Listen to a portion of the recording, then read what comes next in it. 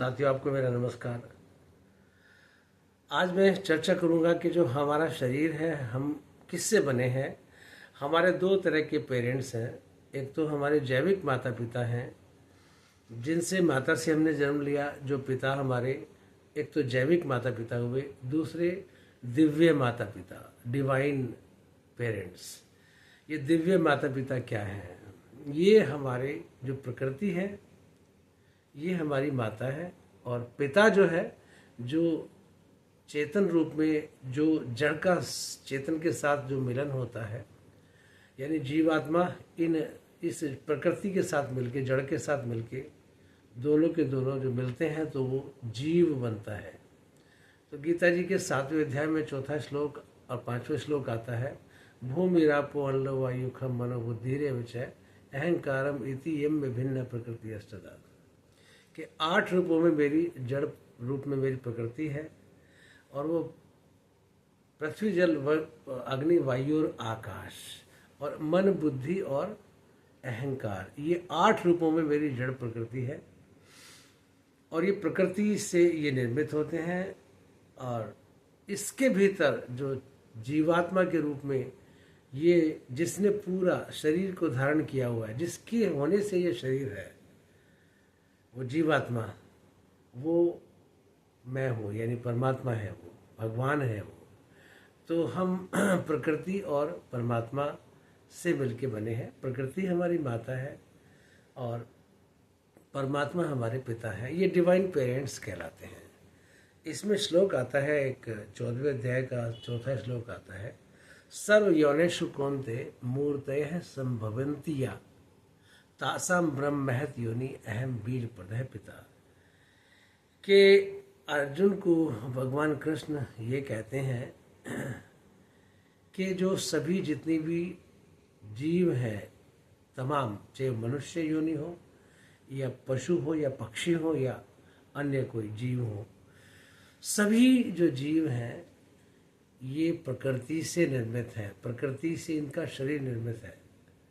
और ये तो शरीर तो जड़ है, प्रकृति से शरीर निर्मित है।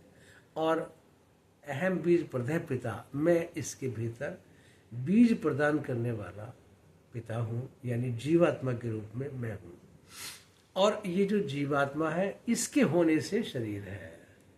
प्रकृति यदि नहीं हो तो ये 5 तत्व नहीं मिलेंगे वहाँ से।